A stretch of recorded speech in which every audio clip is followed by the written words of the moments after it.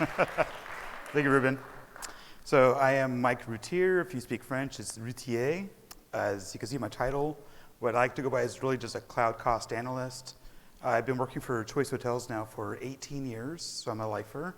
I've been in FinOps for about 5 years, and just evolving, learning, all that fun stuff. I'm a FinOps team size of 1. Yep. So Choice Hotels, if you don't recognize who that is, you may recognize a lot of these brands. So we're Sleep Inn, Comfort Suites, Cambria. If you're used to extended stays, you got Wood Springs. So these are like 7,000 properties globally. If you didn't see the news last year, we acquired Radisson Hotels America. So that's part of our portfolio now as well. So it's now 8,000 properties globally. Yay. On top of that, we're not just a hospitality company, we're also a technology company. We're all in with AWS. We announced this about 5.5 years ago. Since then, everything's been just cloud native. We've been building only in the cloud at that point, and it's been fantastic, loving it. On top of that, we also presented at last year's reInvent. So that's the space that we're in. So now you know who we are. Let's talk about the agenda. So I'm gonna get some groundwork out of the way, framework, right? So I'm gonna talk about how I've been templatizing standards, working with teams to get that accomplished, and that's allowing me to be working with these engineers to be cloud cost conscious and make those decisions. And on top of that, if you think about this from a financial perspective, there's budgeted dollars, so those got to go somewhere still, so what are we gonna do with those saved dollars? So obviously, love savings, but they're still in the budget, so can we repurpose those? So I'm gonna talk through with that. So let's get into it, the standards. So I'm gonna bucket this in different categories, and I'm sure we're used to this concept, but of course tags. I'm gonna talk about how our tag coverage is, how have I enforced good tag coverage, but I'm sure we're all aware why we need tags, so we're not gonna drill into that one. Another one that's been really pivotal though to make my life a lot easier is doing cloud resource standards. So think of this if you're into, we do a lot of spot fleets. So what are the right groups and families you're allowed to do with spot fleets? If you're gonna get into RDS and databases, what are the modernization levels you're allowed to get into? For doing Lambda functions, is there capacity limits? So this is all about setting the governance around. If you're gonna spin up cloud resources, what are the minimum standards that you're gonna be allowed to spin up to help curb cloud sprawl so things are not running out of control? Finally, I'm gonna call this configuration. This is where we're connecting to anything beyond just a cloud environment. So I'll get into those details. I'll just leave that little teaser for there. This is where we're at with our tag coverage. So if you don't recognize these, I think they're kind of industry standard. So application group, that's where you have a bundle of applications and you group them into maybe a monolithic kind of namespace. That's what that represents. Cost owner, this is where I can get down to, I'm gonna say within $100 with $1 million to spend to who is that going to be charged to a financial cost center. So that's where we're at in that space. Environment, that's where it's been nice to have. If you've got workloads running in, say, obviously dev, QA, load test, prod, the environment tag is just a great conversation piece with engineers where if you've got a run rate that's maybe the equivalent to a production environment, it's easy to say, hey, is this even the right system size? Because the challenge is maybe it's right size, maybe it's not idle, but it's running. But then you can really compare against environments does this really make sense? So obviously, all this gets down to the idea of understanding the purpose. So if I know purpose, I can talk to anybody within the org of, this is why this resource exists, this is where I think the intention is, and this is where I think we can make some better decision making. So it's all about that good data. All right, let's get into how did I accomplish this? How did we Choice get this? So if you're used to AWS, you might know of SCP, so the service control policies. Even org tagging policies is where you're gonna say, if it doesn't have these tag keys, I'm not gonna let you spin this up. We are not in that space. We're working on our tag enforcement policy, but it's not there. So we're working on it. However, we're doing this all through a pipeline. So we have a fantastic CI/CD pipeline. I wanna say 98% of our workloads are spun up through that pipeline. What's great for my world is I get to say, what are the requirements if you're gonna spin up through the pipeline, because we use Terraform. So if you use Terraform, we've got Terraform templates, those feed into the pipeline. So this is where I can say, here's allowed EBS volume types, or again, which kind of families are allowed. If you're using Spot, here's some good JSON configurations. So I get to curb, before anything gets out of control, I get to say, let's focus on these requirements, and that way I don't have to go chasing it later. So this took a lot of like forward thinking. Like if I'm thinking, well, what tag keys are really, do I need? This is where I went into the pipeline, talked to the engineers, it was a platform team, and said, hey, I need these requirements, how do we get there? We have an asset lookup system. So it's, hey, leverage this lookup, these are the tag keys we've got in the system, we'll pull those in, so when we launch resources, they're automatically tagged, I've got good coverage, the values make sense, we're all happy. So this has made my life phenomenally easier. On top of that, at the very bottom, we do have an IAM policy. So this is where if we're gonna spin up resources, say in like an R&D account or whatever it's gonna be, these are some basic tags that I need if you're gonna do that. So that's like the last line of defense. I'm gonna go through a use case. So if you're used to AWS, you may have remembered GP3 got launched, I think 3.5 years ago? Yeah, reInvent 2020, so whatever that math is. All right, so GP3, if you don't know what it is, essentially it was 20% cheaper than the previous version of EBS volumes. What was also fantastic is I had really high provisioned IOPS allowance. So this is where we were in 2021. And I'm just gonna talk about just usage hours, like, to avoid the cost issues. So we were, if you're looking at this chart, I want you to look at where GP2 is, 55%. We were starting to use some GP3. It's almost, a quarter. But IO1, this was like database type systems. We're using EC2s as VMs and using EBS for storage. But the IO1 is extremely expensive. So if you don't know this, like this is the guy to avoid. And so the idea was if we're using this and GP3 got launched and then we started using GP3, if you look at this, IO1's now down to 1%, GP2 still 9%, so I'm not gonna say we won, but we're doing a lot better. So the cost savings, if you think of a run rate of storage for EBS volumes, we reduced it in half. So this, this is where we're at in 2023. This wasn't just an overnight shift. I want to say it took over about a year or so to get to this point. So how did we accomplish this, of course? That's what I'm gonna get into next. So we use CloudCheckr today. CloudCheckr just served up the report and said, hey, here's some opportunities to improve your storage solution, and here's the savings you're going to achieve with that. That made it obviously much easier to talk to everybody to get buy-in. So if I have that information, I talked about the standards, so I'm gonna say, hey, we're not gonna use GP2 or IO1s, let's use GP3 only as long as it's allowed. So if you know about provisioning IOPS, it goes up to 16,000, IO1 is up to 64K, so there's some use cases obviously, that's why we got the 1%. But essentially everything now is obviously gonna target GP3. And that's if things are getting launched. If we already had resources running, I had to get those fixed. So I was working with engineers to get that accomplished. So it was, hey, here's a list of volumes that we need to update. Here's the list, this is where they live. And we just started working on it together. But if you're gonna reduce a run rate by half, it wasn't like it was complicated to get people to get buy-in. So it's just a easy conversation. So the concept here is this, here's the data, here's what I just need you to go do, and it was, yes, let's go do that. Obviously, easy wins, and we celebrated that. It's like the entire org. It's fantastic. All right, so same concept, empowering engineers. I'm gonna start with this idea of a cost discipline because if I started getting into this earlier. If I got these standards, it's gonna now empower people to be making good decisions when they launch resources through the pipeline. And if we're doing that, we're gonna either do cost avoidance or additional cost savings by giving them that information.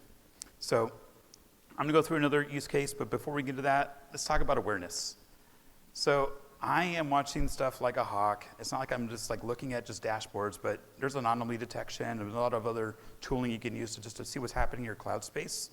But what's made my world so simple is we've got really good buy-in. So we've heard about culture.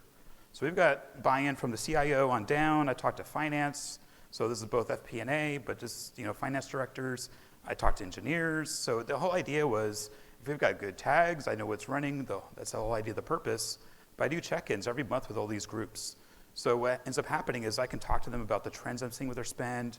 That's where I can start pushing those cost savings opportunities and just talk about what's coming down the pipeline. And so we can make sure that if I know something's coming, say we're getting to Kubernetes, Lambda functions, that again, does the pipeline support some governance so I don't have to go chase bad behavior. We're already curbing it as it gets launched. The other thing is I'm not gatekeeping. So whatever we're using, here's where I got the report, the data, you can go look at it yourself. So I want people to be more self-sufficient, but I also want to be that guy that's gonna say, this is gonna save you the most amount of dollars. So we talk about FinOps is the value of the cloud. I think most of our engineers want to be cost conscious. They just don't know what is the right decision to make. And so that's where I feel like I come into play and say, this is what I would do if I'm in your org. This is the opportunities I was leveraged because it's the least amount of time for the most value. So that's really what I feel like I play in that key to help with that decision making. So yeah, let's talk about Spot. So we are heavy Spot users. If you use AWS, things have got a little crazy in the last couple months. So if you're not used to Spot, let me explain it real quick. The idea is you've got an on-demand instance type, and then you have a Spot fleet. This could range between 1 to dozens, whatever you want to say is your fleet. And the idea is in the Spot market, so it's unused instances that are happening in the data centers from AWS, they're at a cheaper rate. So the idea is to use these cheaper rate VMs, EC2 instances, at that lower discount, and that way you're still running the same workloads, you get the same compute, memory, whatever, but you're at a cheaper rate. So what happened was things started to shift. You can see this is just like from a cost, if you're not used to this chart, it's from Kudos. So if you don't know Kudos, it's one of the cost intelligence dashboards, part of AWS. This is from that. This is just our entire environment, just a snapshot from the last 7 months. What I wanted you to look at is the purple bar of Spot. So we didn't really increase in usage, and yet the Spot pricing obviously is going up. That's what I want you to take away from this. So what the heck started happening? Well, the market started to dive. So look at the chart on the right, and this is the Spot pricing versus on-demand savings. And so you can easily see that we were in the 70% plus for some workloads, and now it's down to the 50%. This is the same discount you'd probably get from an R3 usage discount. So that would be like an RI or a savings plan. Well, obviously costs started going up. So you can tell orange is the production line, blue is the dev. And there's a little bit of dip. So what happened? Well, I knew that we had I think we said this morning, this idea to inform and ignore, where I knew our Spot fleets could have been optimized, but if we were already saving 70-75% versus on demand, it wasn't like a heavy, the diminishing returns were sort of there. The amount of effort to maybe change things to try to get savings weren't relevant, but the economy changed, so it was like, oh, let's take action now. So as you can see, they started dipping because we improved our Spot fleets. So how did I do that? All right, let's get into that. So we are partnered with Spot. So Spot has Elastigroups. We don't manage our own Spot instances. We use Spot Elastigroups to help with that. Worked with them, get a list of all of our Elastigroups that are probably suffering from bad fleets. So you want to make sure you have a good fleet size, especially based on the new markets, all that fun stuff. And it's based on JSONs. So we've got standardized JSONs that are templatized into our CI/CD pipeline. So again, work with the team saying, hey, these are the fleets we need to use. These are the Elastigroups that are most at risk, that have been really suffering from these cost changes, and gave that to the teams. So the engineering teams took that. They knew they wanted to do cost savings because obviously our run rate's spiking. So they're getting, from the top down, their directors are saying, hey, had we reduced these costs, could not forecast this. So now we're potentially over budget. So here's the data, they implemented it, and then obviously launched it through the pipeline, and now we're better, but it's not like it's fantastic. So that was just like a nice little fun victory because it was easy to say prices are bad, but we could get a little bit better. So it's not terrible. All right, finally, you save all this money, what happens with it? So for us, we are still working on a lift and shift, moving from the on-prem to the cloud. So if all this is OpEx. The idea is if you save dollars, obviously celebrate that, but can we repurpose that and keep the same budget and move things faster? If you think about why we're in the cloud, usually it's to get to market faster. Speed to market is usually that, the tagline of why you do all this. So again, how do we move and finish these projects so that now we're in the cloud completely and everything's on the same tooling? On top of that, there's always opportunity probably for disaster recovery or ransomware mitigation, same concept. So for us, this is where I have really, deeper conversations with executives because now we're saying we might have been project planned for 2024, we can pull into 2023 because the engineers did good work. Now we have this extra OpEx cash, let's use it for these projects. And then we keep the same budget lines and we're not having to get dollars back to finance and all that fun stuff. All right, and of course, you want to make sure people are rewarded for good behavior. So this is where you get that good relationship with all the engineers as well, because I don't want to take credit of, hey, I saved the company X dollars. No, they technically did the job, I just empowered them. So when they make these changes, we celebrate those wins. So it full circle, right? It's that cloud conscious culture. So if the CIO cares about this, and we're doing, we're rewarding people and recognizing their good behavior, more people are going to be more encouraged. Oh, this is part of what we do. Of course, we're going to do business value and release code, but we're also going to be conscious in how we can save money. And what's left? So this is where I feel like things could get a lot better. If you don't know about Cloud Custodian, it's like I'm going to call it like a janitorial type tool for the cloud. We have it in production, but it's not used. So it's not adopted by the teams yet. So this is a fantastic tool to do some automation. So if you got unused and waste out there, this is going to automatically clean it up. It does like a crawl, walk, run phase. So if you want to do notifications and all that fun stuff, or all the way to automatically deleting it. On top of that, right sizing could be a lot better. The challenge with right sizing for us is, like I said, we're in Spot. So there's not a whole lot of room for optimization, but we're getting into the Kubernetes space. So if you've been listening to the talks, if you get into Kubernetes, you got to look out for how much compute and memory is going on. So I know I need to get ready for that. Finally, better conversations with finance. We're doing rolling forecasts, so we do a 12-month and we do a 3-year as well. I want to make improvements there, and if there's fluctuations in that, make sure finance understands why. So there's always like this strange fear where if I've said a run rate's now going to go up 5%, whatever that is, like this, there's this idea that they're used to old procurement of on-premises. So I want to make sure it's not always just bad behavior, but we're just growing. So it's better conversations to understand the intent and back to the purpose and all that fun stuff. All right, that is it. Questions? No? Are there any questions? I'm going to put it on this.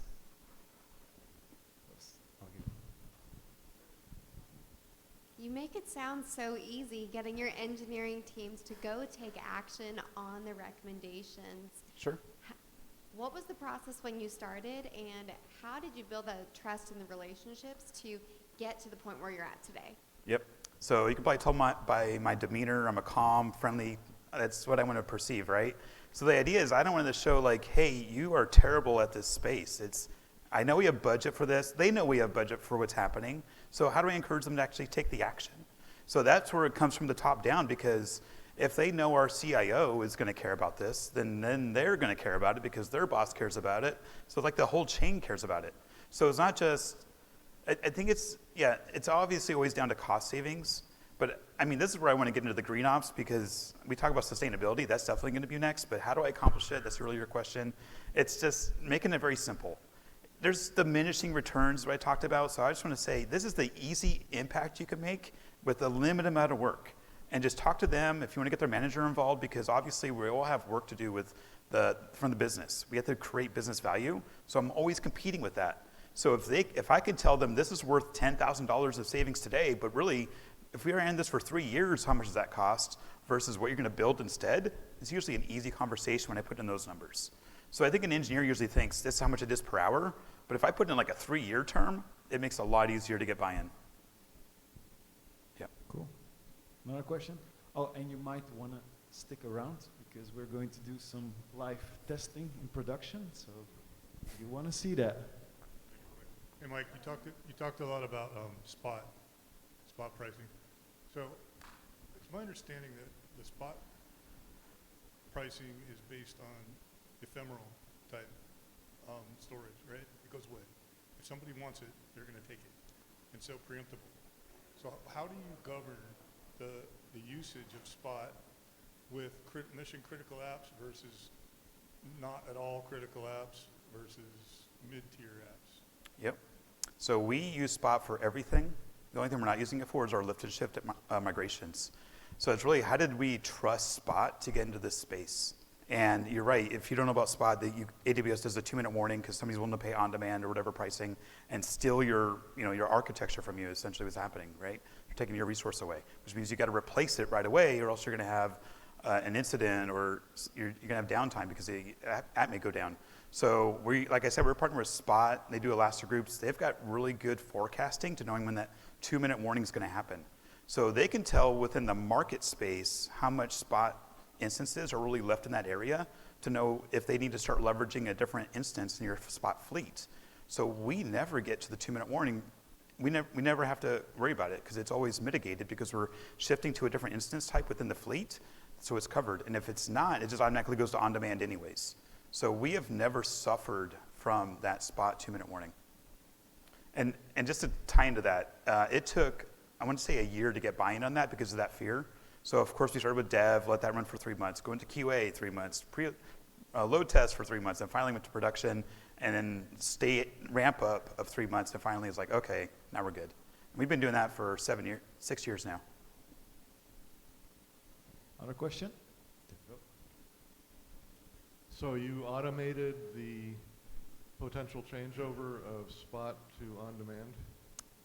It is an option in there, so if the spot is not available, it'll automatically use on-demand. So if you're not used to it, you could set it up to either even leverage RIs or savings plans. So if you're starting to get into that spot place, but you also have usage commitments that are really high, you can leverage those usage commitments first so that those are drained, and then use spot, and then use on-demand. So, yeah. Cool. Any more? No? Okay, then I got a message from JR that he has a video ready for you to be shown to give a bit of explanation for tonight as well. So you get a bit of a sneak preview how the production is going, but before I send the video, please give Mike an amazing amount of applause. Thank you. Thanks for watching that session. I'm sitting here in San Diego right after FinOps X. We hope you join us next year here live 2024. In the meantime, please subscribe to the channel and join the community. Get involved, join the summits, get in a working group, and don't forget to get FinOps certified. Because next year here in San Diego for FinOps X, it's going to be twice as big. Come join the party. Come meet your people. Welcome home.